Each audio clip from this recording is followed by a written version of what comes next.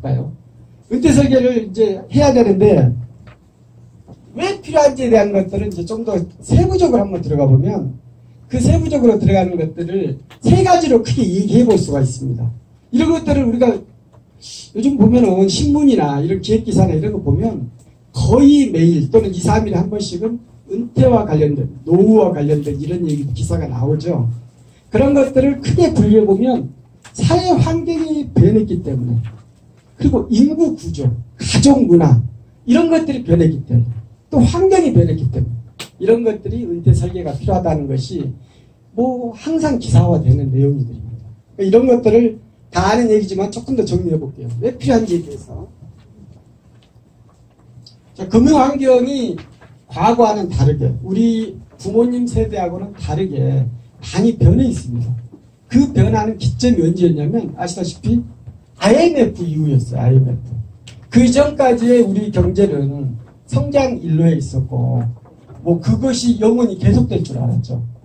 그런데 IMF라는 이 그 사망치를 한데 우리 경제가 얻어맞고 나서 많은 것들이 변했습니다. 그 변한 것 중에 하나가 아까 지금 이 이야기하고 연결된 건 금리 환경이에요.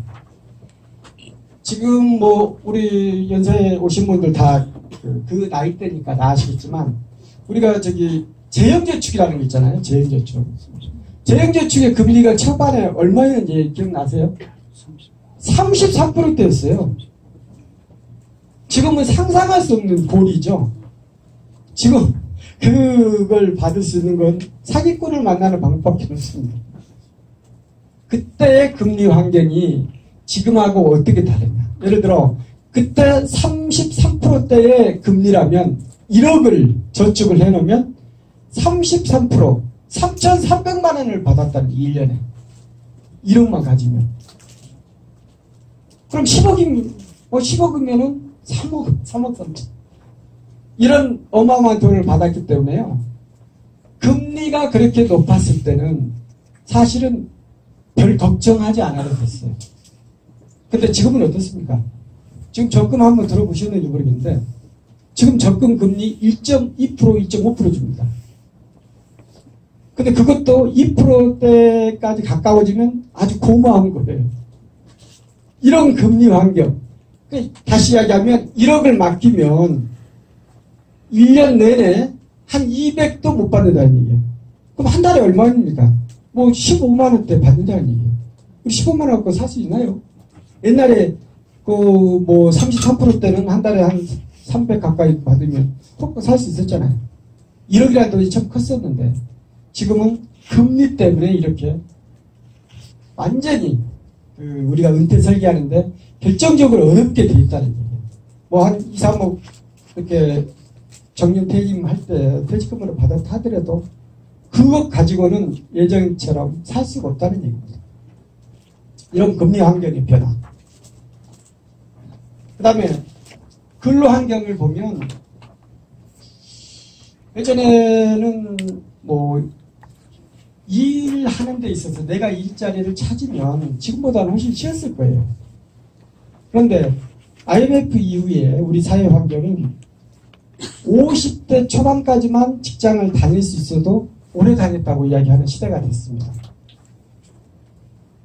그래서 가장 부러워했던 것이 정년이 보장되는 그런 직장들이 가장 부러운 직장이 됐죠. 대표적으로 철밥통이라고 표현되는 공무원들, 공기관 이런 데가 이제 근로 환경에서 뭐 다른 봉급이 많아서라는 개념이 아니라 오랫동안 일할 수 있는 그 기간이 보장됐다는 거죠. 근데 지금 이게 안 된다는 얘기예요. 우리나라 실제 은퇴라고 하는 것이 뭐 여기에 그 도표로 보면 뭐 실제 은퇴가 한국이 높게 나오죠. 근데 저건 뭐냐면 저에서 은퇴는 돈벌이를 할 수 있을 때까지 은퇴입니다. 우리 사전적 의미의 은퇴는. 직장에서 나왔다 하더라도 내가 어떤 다른 뭐 부업이라도 하거나 또는 뭐 다른 알바라도 해서 돈벌이를 할 수 있는 나이가 은퇴라고 보는 거예요. 은퇴, 그런 돈벌이를 할 수 있는 불안정한 직장인으로서 또는 불안정한 그 돈벌이의 자리로서 오랫동안 하는 것이 우리나라예요. 저 이야기를 다시 뒤집어 이야기하면 내 노후는 내가 정말 고생해서 돈을 벌어가지고 살아지는 게 우리나라 은퇴라는 얘기예요. 이렇게 우리 사회의 은퇴 환경은 과거하고 많이 변해 있습니다. 실질적으로 많은 이제 조금 오래된 얘기일 수도 있는데 희망 은퇴가 우리한테 직접 물어보면 은퇴를 언제 하고 싶습니까? 했을 때 대부분은 60세 이상까지 요즘은 저 같은 경우에도 물어보면 한 65세 정도까지는 일했으면 좋겠다 하는 생각이 들거든요. 왜 65세냐면 물어보면 특별할 것도 없는데 일단 최소한의 보장된 국민연금이라도 좀 받아야 돼요. 제 나이는 지금 63세부터 국민연금을 받습니다. 국민연금이 제 삶을 다 책임질 수는 없지만 그래도 기본소득이라도 있는 나이가 그때거든요. 그래서 대부분은 60대 이상을 하지만 우리나라 실제 은퇴 연령은 55세에서 59세까지 32%라고 되어 있는데 이 정도 보면 50에서 55세 26% 거의 50대 초반이라는 얘기예요. 우리가 원하는 60세 이상은 10%도 안 된다는 얘기입니다. 우리 주변에서 우리 가족이나 친구들 또 옆에서 보시는 분들이 언제 은퇴하는지 그 은퇴라고 아까 말씀드린 부분은 돈벌이를 하는 나이가 언제까지인지 그때를 한번 비교해 보시면 이것에 대한 이해가 되실 거예요. 원하는 나이는 65세 이런 정도 되는데 실제 은퇴 연령은 한 50대 초반이면 10년에서 15년의 갭이 생겨버린다는 얘기죠. 10년에 15년의 갭이 생긴다는 얘기는 무슨냐면 소득이 그 기간에는 단절이 될 수 있다는 얘기고 소득이 단절이 되면 내 생활 삶이 핍박해지고 궁핍해진다는 얘기고 행복하지 않다는 얘기가 되는 거겠죠. 근데 이제 우리가 이 은퇴하고 관련된 얘기 이전에 사회 문제로서의 고령화는 사실 은퇴보다 더 심각합니다. 고령화, 인구 구조의 변화 이런 것들이 하도 많이 언급이 되고 하도 많이 회자되다 보니까 이게 대한 심각성이 사실 이제는 없습니다. 또 저 이야기야 또 저 이야기야 이럴 수 있는데 이게 그야말로 모든 문제의 핵심일 수도 있어요. 모든 경제활동이나 우리 은퇴 이후의 삶에 관련해서 또 사회 경제 구조에서 인구 문제가 핵심일 수도 있습니다. 왜 그러냐면 우리가 좋든 싫든 우리 사회가 경제 쪽으로 해서는 일본을 따라가고 있어요. 일본이 그러다 보니까 우리 학습 효과입니다. 학습 효과라는 건 좋은 효과도 있고 나쁜 효과도 있는데 좋은 효과면은 그걸 계속 발전시켜야 되겠지만 나쁜 효과는 그걸 안 받아들이고 개선하고 그래야 되잖아요. 근데 아쉽게도 일본의 나쁜 것들이 전부 우리한테도 그대로 지금 이전이 되고 있고 그대로 학습되고 있어요. 이 인구 문제가 특히 더 그렇습니다. 일본은 95년부터 생산 가능 인구가 줄어들기 시작했어요. 일본의 최근 지금 조금 제가 이런 얘기를 해서 될지 모르겠지만 극우적인 골 때리는 사람이 수상이 됐던 것도 사실은 경제 문제가 연결이 돼 있잖아요. 그 이전에 일본의 잃어버린 20년이라고 하는 것이 인구 문제하고 직결되어 있습니다. 95년부터 생산 가능 인구라고 하는 것은 15세부터 65세 정도 나이를 이야기해요. 그 가능 인구가 그 이전에 일본 같은 경우에도 한 75% 이렇게 하다가 60%대까지 떨어졌어요. 인구 전체 중에서. 자, 인구가 노령화되면 저도 일본을 가끔 갑니다만 일본에 가서 보면 젊은 사람들 어디 갔는지 안 보이고 우리 어르신들만 보여요. 어르신들이 보이는데 여유는 있습니다. 걸음걸이도 느리시고 얼굴에는 별 어떤 표정이 없으시고 그래서 저희들이 부담 없이 편하게 볼 수는 있더라고요. 제 입장에서 보면.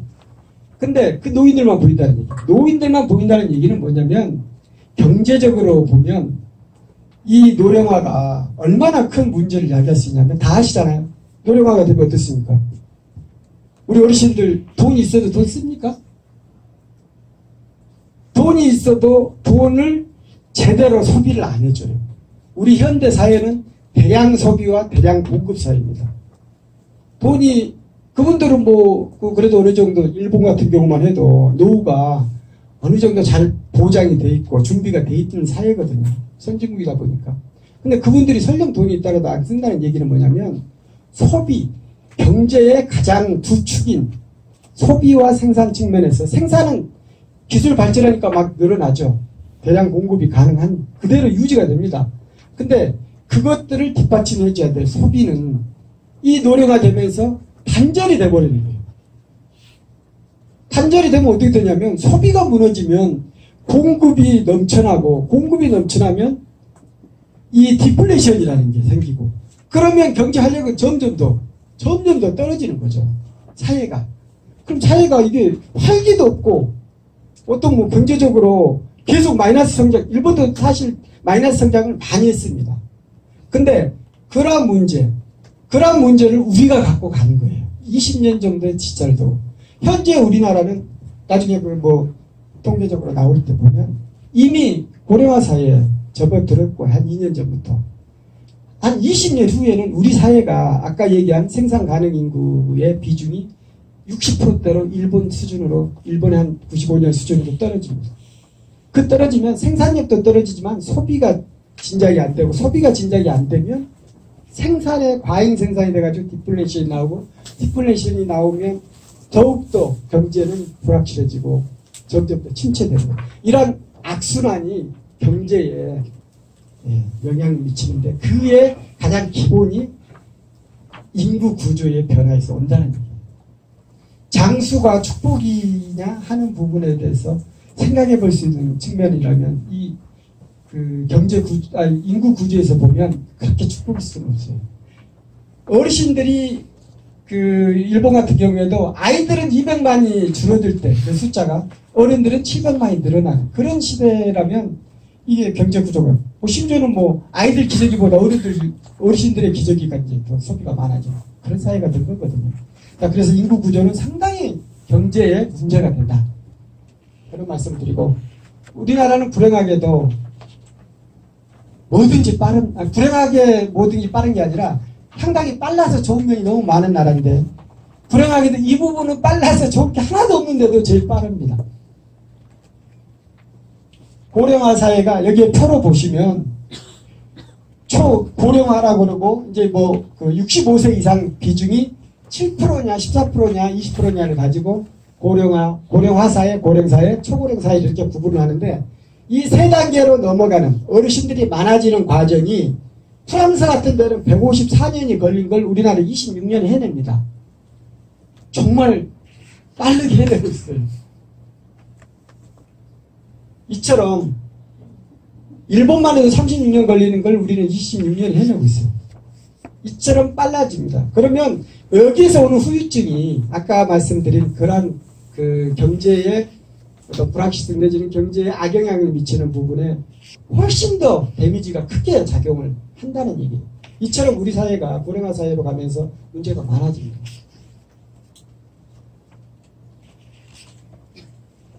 이렇게 고령화 사회가 되면 우리의 한번 가족 관계를 한번 볼까요? 저만 할 때도 저의 부모님은 제가 부양해야 된다고 당연히 생각하고 컸습니다. 우리 아들이나 자식들은 어떻게 생각하는지 별 관심은 없는데 제 생각은 저는 내 노후를 내가 책임져야 된다고 생각하고 있어요. 이처럼 변화하는 거죠. 통계적으로도 나옵니다. 2002년에 가족이 부모를 나이 든 어르신을 공양해야 된다고 생각하는 게 거의 70% 훨씬 넘었는데 14년은 30%대로 툭 떨어졌어요. 저 얘기는 뭐냐면 두 가지죠. 자식 세대는 부모를 공양할 능력이 없습니다. 의사가 없는 게 아니라. 그러면 그 결과로 노인인 부모 세대는 자기가 자기 인생을 책임져야 돼요. 근데 자기 인생을 책임져야 될 나이가 과거에는 한 5년, 10년이었어요. 지금은 40년입니다. 100살까지 산다고 하면 40년 가까이 돼요. 그래서 저는 제 죽을 날짜를 정해놓고 삽니다. 2050년 12월 25일 날 죽기로 했어요. 그 나이가 정확히 54입니다. 54. 아니 94. 정말 난 더 살기도 싫고. 근데 억지로 살아야 될 수도 있어요. 억지로 살아야 된다면 정말 불행한 일이잖아요. 억지로 산다는 거. 저는 이 그 직장생활을 하면서요. 정말 힘들게 사신 분들을 많이 봤어요. 힘들게 산다는 건 뭐냐면 아파가지고.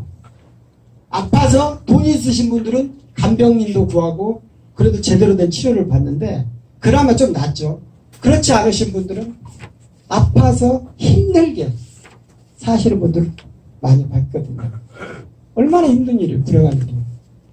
우리 여기는 그런 분이 한 분도 안 계신데 조금 더 연세 많으신 데 가면 빨리 죽기를 원하는 분들이 꽤 있어요. 진심인지 아닌지는 모르지만 다 거짓이라고 하는데 저는 거기에 한 60%는 진심이 섞여 있을 거라고 생각합니다. 제가 사실은 이게 이야기를 하다 보면 이게 시간이 좀 촉박해서 나중에는 막 넘어가게 되는데 하는 데까지 하겠습니다.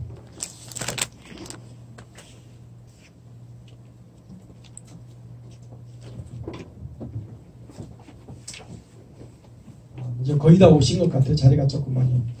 아까 말씀드린 대로 그 3번은 오셔야 되거든요. 3번은. 그때마다 또 저희들이 적은 예산이지만 정성껏 마련한 선물도 있으니까 꼭 오셔가지고 수료를 해주십시오. 자, 다시 이야기로 돌아와서 우리가 준비하지 않으면 노후는 파산이라고 여기다 써놨는데 파산이라는 개념이 뭡니까? 불행입니다. 불행. 제가 젊었을 때 이런 생각했어요. 젊었을 좀 저는 취미가 또 인생의 목표가 150개국 이상의 나라를 내가 내 발로 여행하는 거다 하는 젊었을 때부터 그렇게 살아왔는데 지금 한 95개국 정도 갔습니다. 그런데 그때 생각은 뭐였냐면 좀 힘있을 때 건강할 때 뭐 열심히 살고 나중에 늙어서 뭐 더럽다고 힘들어지면 그냥 대충 살다가 죽지 뭐 이렇게 생각을 했는데 지금 생각하니까 그 생각이 내 노후를 상당히 어렵게 할 수도 있다. 그때 조금 더 모았을걸. 저는 그 금리 뭐 33%일 때 저는 적금 한 번도 못 타봤습니다. 아버지가 적금인 줄 알고 살았어요. 왜냐하면 힘들면 아버지가 알아서, 내가 달라는 얘기를 한 번도 안 했는데 알아서 주시더라고요. 여기 어르신들 애들이 그 이야기 하기 전에 더 감사를 받으려면 애들 이야기 하기 전에 돈을 주세요. 그럼 더 고마워할 거예요. 근데 그게 저를 망친 것 같아요. 망쳤다는 것은 조금 과장될 수도 있는데 젊었을 때 모으지 않고 노후를 생각하지 않고 노후를 간과하고 살았던 것이 지금 와가지고는 그렇게 썩 바람직한 내용이 아니더라고요. 걱정거리가 너무 많아요. 요즘도.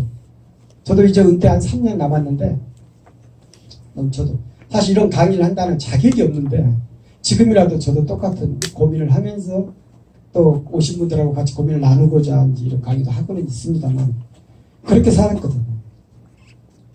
노후의 파산은 불행이라는 얘기죠. 사실 젊은 애들이 고생하고 힘드는 거 보면은 젊으니까 이렇게 또 봐지지만 어르신들, 노인들이 길거리에서나 힘들게 어디 다른 데서 공원에서 이렇게 힘들게 있으신 분들 보면 더 처량하고 안 돼 보이잖아요. 우리가 그런 데로 가지 않으려고 지금 이런 강의도 듣고 하는 건데 이런 것들이 하지 않도록 우리가 한번 이 시간들을 계기로 해서 생각해 봤으면 좋겠습니다. 그건 일본 사례지만 자기의 남은 생이 내가 기대하는 것, 또 내가 생각하는 것보다 훨씬 길다. 이 가정이 여기에 들어있습니다. 실제 우리 현실입니다. 내가 생각하는 나의 노후가 생각보다 길어질 수 있고 길어진다는 건 뭐냐면 돈 없이 길어질 때 얼마나 힘들었겠어요. 그래서 그 부분에 대해서 우리가 생각을 하셔야 된다는 얘기예요. 그런데 우리의 노후 상태는 어떠냐. 뭐 좀 오래된 통계이긴 하지만 2014년도 기준으로 보면 나는 노후가 충분히 마련됐다고 생각하는 우리 사회의 어르신 생각들이 불과 6%입니다. 6%. 제가 볼 때는 저 6%도 젊은 사람들이 자신 있게 생각하는 것 같아요. 현실을 그냥 뭐 자신감으로 대답한 것 같고, 절대 다수는 내가 미흡하거나 차질이 있을 것 같다, 모호하다 하는 답이었어요.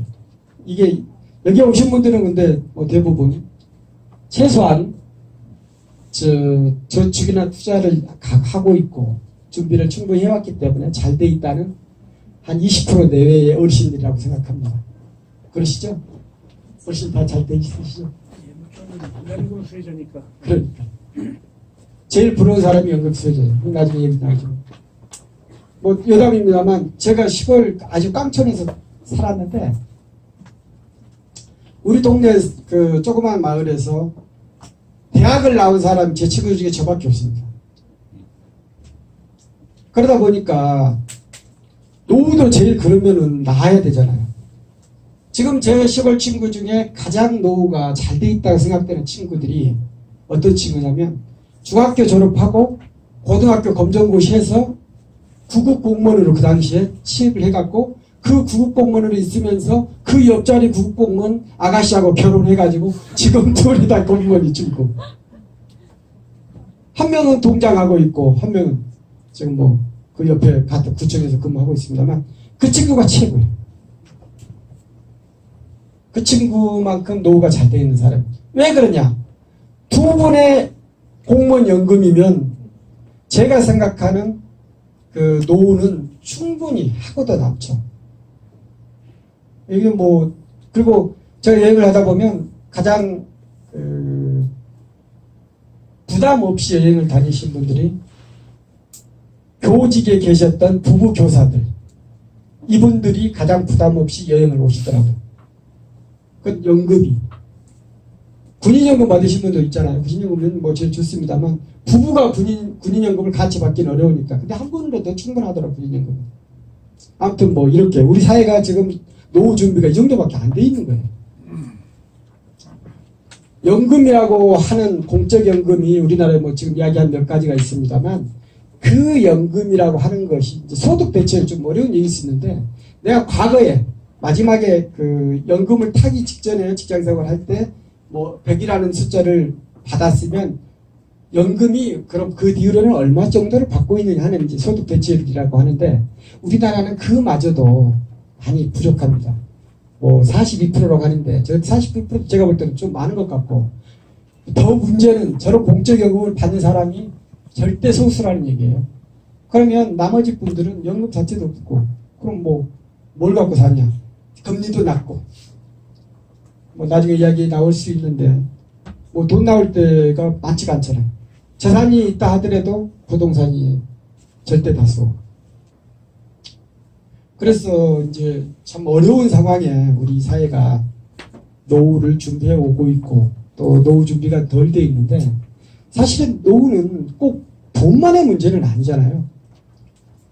우리가 여기 보면 노년에 우리가 필요한 것들이 뭐냐, 우리가 이제 나중에 나오는 5F라는 것들이 있긴 합니다만, 그 중에 이어담식으로 보면 질문을 이런 설문을 해보면, 남성들은 이게 되나 모르겠네. 뭐 그냥 뭐 노후에 남성분들한테 당신한테 노후에 뭐가 필요하냐, 그러니까 아내가 필요하다고 이야기했고, 배우자가 필요하다고 대답하시는 분도 있고, 그 다음에 집사람이 필요하다, 처가 필요하다. 용어는 다르지만 전부 마누라 한 명한테 이렇게 내가 필요하다는. 사실 남자가 그렇게 되기 쉽더라고요. 제가 그래서 노후에 어르신들의 변화는, 남자들의 변화는 것들이 몇 가지가 있어요. 마누라 시장 가는데 따라가기, 마누라 전화 엿듣기, 뭐 이런 것들이에요. 남자들의 변화는. 근데 여자들이 제일 싫어하죠. 우리 어머니 웃으시네. 제일 싫어하지. 그런 남자 싫죠. 근데 현실에 그걸 받아들이세요. 좀 불쌍히 여기시고. 저만 해도 벌써 마누라하고 상대 안 해주려고. 근데 여자는 어떠냐? 여자는 남자하고 좀 다르게 다양한 걸 원합니다. 딸, 친구, 돈, 건강, 꼭 필요한 것들을 얘기하죠. 여자분들이 젊었을 때보다 전체적으로 보면 훨씬 더 남자들보다 나이가 들어가면서 현명해지시는 겁니다.